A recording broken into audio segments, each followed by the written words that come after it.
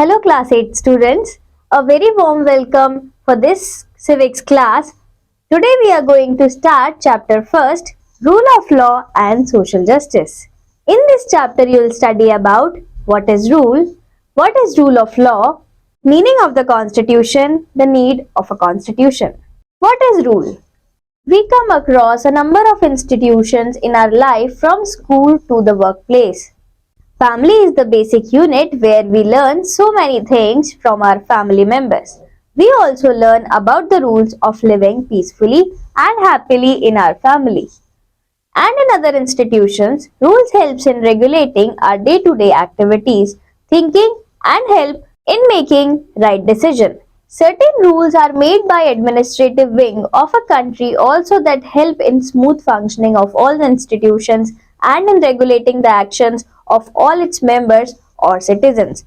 We can take an example of the traffic rules also. If these rules are not there, it will be impossible for us to move on the road or control the rush. The chances of meeting an accident become possible every moment. By following these rules, the life of a person in traffic becomes safe. Thus, a rule is an established and accepted principle, a standard or a guideline for doing something in right way. What is rule of law? When a rule is accepted by all the people and the government, it becomes a law. Rule of law means that every citizen of a country is equal in the eyes of law. There is no discrimination on the basis of caste, religion, sex, or government officials or the elected representatives of the people who form the government. In fact, rule of law is the basic foundation of a democratic system and a basis of all types of equalities. Therefore, rule of law demands that those who are occupying positions of power should not be allowed to act in an unlawful manner or arbitrarily.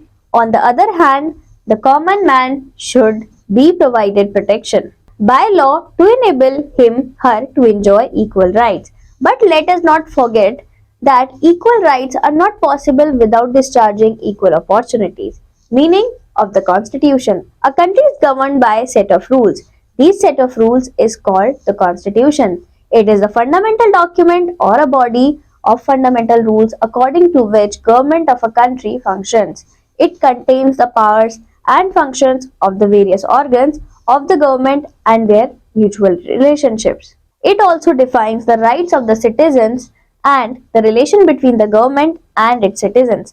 Therefore, in our Indian constitution, a democratic setup has been established. It is a pivot and a primary source of our laws. It gives a detailed description of fundamental principles on the basis of which the laws are made and the country works. This is the image of the Indian constitution. The need of a constitution. In a democratic country, people are elected in order to rule and serve the interest of public, and it is on the basis of these guidelines that any democratic government frames its laws. India is a vast country full of physical, cultural and social diversities. Different people belonging to different regions who speak different languages have very different lifestyles, thoughts, different beliefs and action. But still they have many things in common. Yet they may or may not agree on all the issues. Therefore, the Constitution provides a set of rules, principles and laws acceptable to almost all as the basis of life and governance of the country.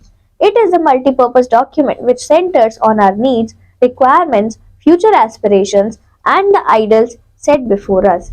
To meet these requirements, the Constitution serves the following purposes. First, highlights the commonly agreed upon ideals which a country should uphold. Second, defines the nature of a country's political system, provides certain significant guidelines that help in decision making within a democratic setup, lays down rules and provides safeguards against the misuse of power and abuse of authority which leads to gross injustice by our political leaders, guarantees certain rights based on equality to establish social, political and economic justice, ensures the minority groups are not deprived of the benefits available to the majority group, ensure that the majority group does not dominate the minorities, guards our national interest, does not allow dictatorial or biased decisions which may change the very basic structure of the constitution. Play a crucial role in democratic societies towards the achievement of desired goals. Do you know the kings of the princely states who merged themselves with India after independence were paid a fixed annual amount of money to compensate for their loss. It was called privy purse. There were ideals to be included in the Constitution of Free India. The leaders of our freedom struggle believed that after independence, the dignity of the individual, human rights, and the welfare of the people would be established. On 22nd January 1947, the Constituent Assembly adopted the objectives drafted by Jawaharlal Nehru. The main principles of the resolutions were: India is to be an independent sovereign republic. All powers and authority of the Union government and government of the constituent parts will be derived from the people.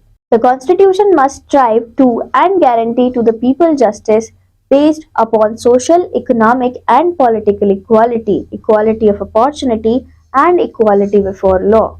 There should be freedom of thought, expression, belief, faith, worship, vocation, association, and action.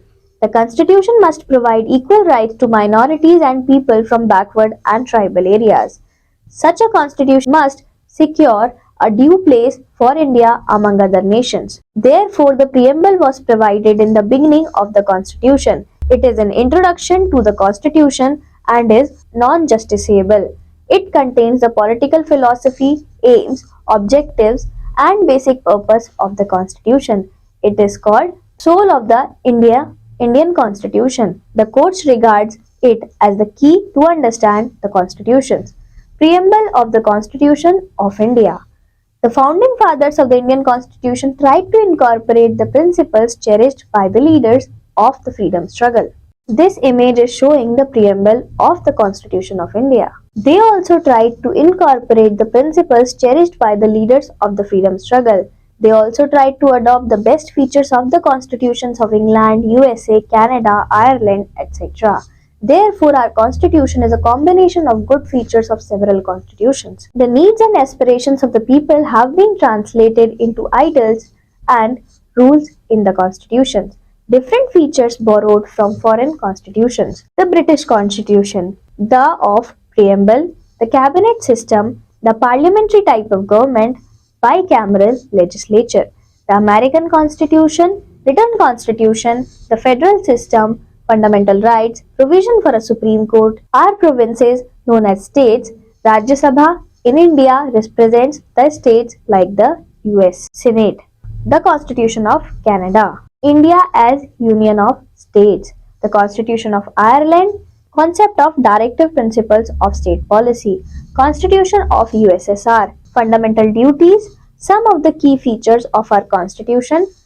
Uniqueness. Our Indian Constitution is unique. The best feature of many existing constitutions of the world were modified and adapted to our needs and conditions. Thus, the Constitution of India is a combination of many good points of several constitutions. At the same time, the needs and aspirations of the people were also not ignored.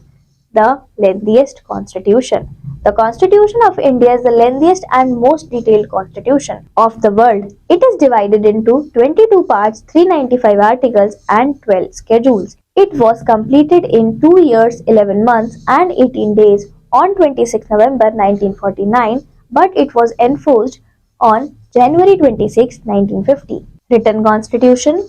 The Indian Constitution was drafted by under the chairmanship of the drafting committee Dr. B.R. Ambedkar.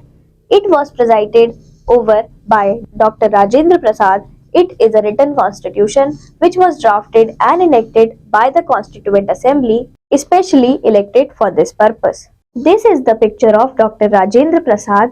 This is the picture of Dr. Bhimrao Ambedkar. Right and rigid and flexible. The Indian Constitution is both rigid and flexible. The strength of a rigid constitution is that it is stable and is a guarantee against hasty changes. A flexible constitution is considered progressive in nature and helpful in development of the nation. Keeping this in mind, the Constitution of India is a combination of both rigidity as well as flexibility. It is not only a sacred document that is a framework for democratic government, but also an instrument that may require modifications. Do you know? A constitution is called rigid or flexible on the basis of the procedure for its amendments.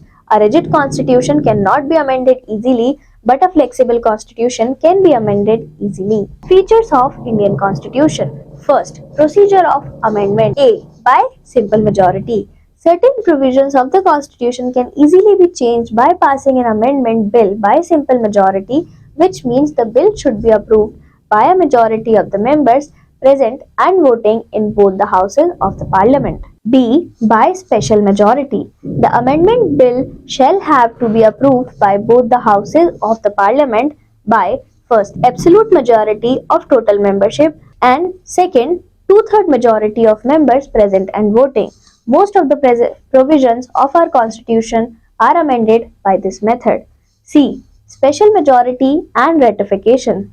After the bill is passed by a special majority in both the houses of the parliament, it may be approved by the legislature of at least half of the total number of states. Second, India, a sovereign, socialist, secular, and democratic republic. India is a sovereign country, which means that India is free from external control. It formulates its own policies and is governed by its own government. Third, India is a secular country.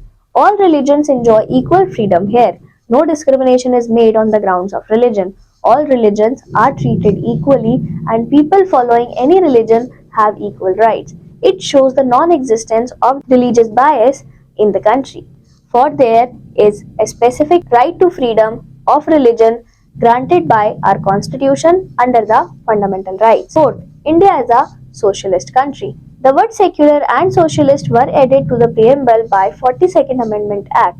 These words are added in order to give economic and social equality to public. Socialism is one of the national goals to be achieved. India is against exploitation in all forms and will try to establish economic justice without being attached to any particular ideology. Fifth, India is a democratic country. Our government is elected by the people and the administration of the country is carried on by the representatives of the people. All citizens of India have the political right, which means that they can elect their representatives in the government. The government is run according to some basic rules. Sixth, India is a republic country. India is a republic because the head of the state country, that is our president Rashtrapati, is an elected head from amongst the people. He does not have a hereditary right. He is elected by an electoral college. On the other hand, in spite of being a democracy, England is not a republic because the head of the state is a hereditary king or queen. Seventh, parliamentary form of government. We have parliamentary form of government both at the center and in the states. In fact, we have adopted this system on British pattern. The elected representatives form the government at the center, which is called parliament. In a parliamentary democracy, there is a close relationship between the legislature and the executive. The Council of Ministers is constituted from amongst the members of the legislature, which holds office so long as it enjoys the confidence of the legislature. In the parliamentary form of government, the head of the state, the president in case of India, is a nominal head. Although he/she enjoys many powers, but in practice all these powers are exercised by the Council of Ministers headed by the Prime Minister. 8. Federal and unitary. The constitution of a federation is written and rigid and it divides powers between the center and the states. There is always an independent judiciary which interprets the constitution and settles the dispute. Accordingly, India has a federal system but with a difference. The central government, which is also called the union government, is so powerful that at times it appears that India is not really a federation but a union state. However, the Constitution of India has served features of a federal combined with the elements of a unitary state. So it is said that India is a federation with a very strong central government. 9. Universal adult suffrage. Universal adult suffrage means that every citizen of India who is 18 years and above is entitled to vote in the elections without any discrimination. As stated in the preamble, our constitution aims at securing social, political and economic justice for all. Social justice means no discrimination on the basis of birth, caste, race, sex, or religion. To this end, India is envisioned as a welfare state. Economic justice means that the gap between the rich and the poor is not very vast. It has been bridged by providing facilities of education, health, and employment to all. Political justice means everyone has the right to participate in the affairs of the state. 10th, liberty. Democracy is closely related with the idea of liberty, whereby certain minimum rights must be enjoyed by every person in a community for free and civilized existence. The right to freedom cannot be unlimited, it has certain restrictions and certain duties are attached with it. 11th, equality. All citizens are equal before law and enjoy equal protection by the law of the land. 12th, fraternity. This means brotherhood. It is implemented by giving equal right to all. The dignity of each individual is preserved and respected here. 13th, the directive principles of the state. These have been used to benefit all citizens equally in providing adequate means of livelihood. The state is found to provide humane condition of work and ensure all its citizens attain a decent standard of living.